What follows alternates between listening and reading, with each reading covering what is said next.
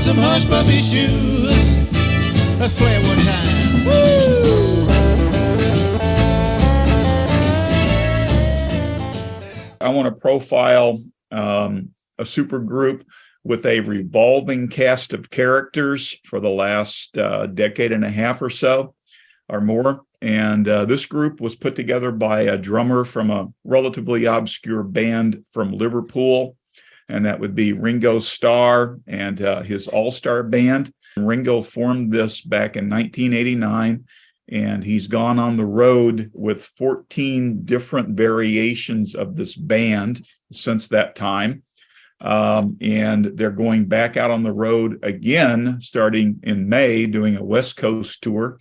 And current lineup for the All-Starr band includes Steve Lukather from Toto, Colin Hay from Men at Work, Warren Ham from Blood Rock in Kansas, Hamish Stewart from the Average White Band, Greg Bissonette, who's a veteran drummer and solo artist, and then Edgar Winter from Edgar Winter's White Trash. I saw a pretty close variation of this group back in 2018 at Starlight Amphitheater. It was a beautiful September night, great show, a lot of fun, great trip down memory lane. Only at that time, we had Greg Raleigh rather than Edgar Winter. Raleigh was original member of Santana, early founder of Journey. And Ringo is an incredible survivor, because when I saw him in 2018, I think he was already then in his late 70s, but incredibly energetic, very youthful looking. And this band isn't breaking any new ground. It's just, it's a recitation of established songs.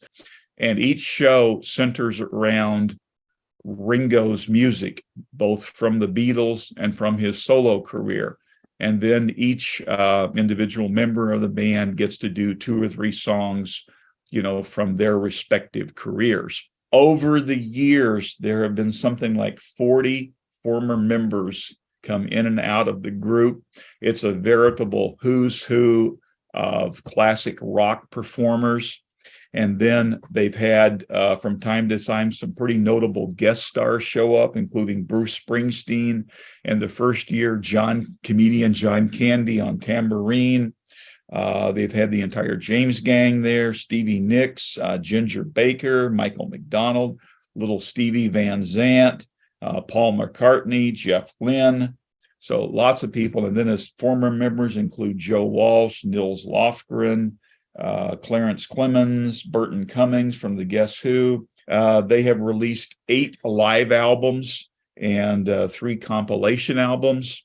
So for the young people out there who maybe haven't had a chance to hear a lot of this classic rock music, this would be a fun place to go, because you can hear some variety all done in one show and get a pretty good perspective of, what's the music that's been done over the last maybe 4 or 5 decades.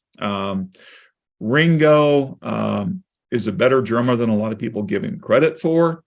Not the world's greatest vocalist, but what he does with lots of enthusiasm and lots of fun.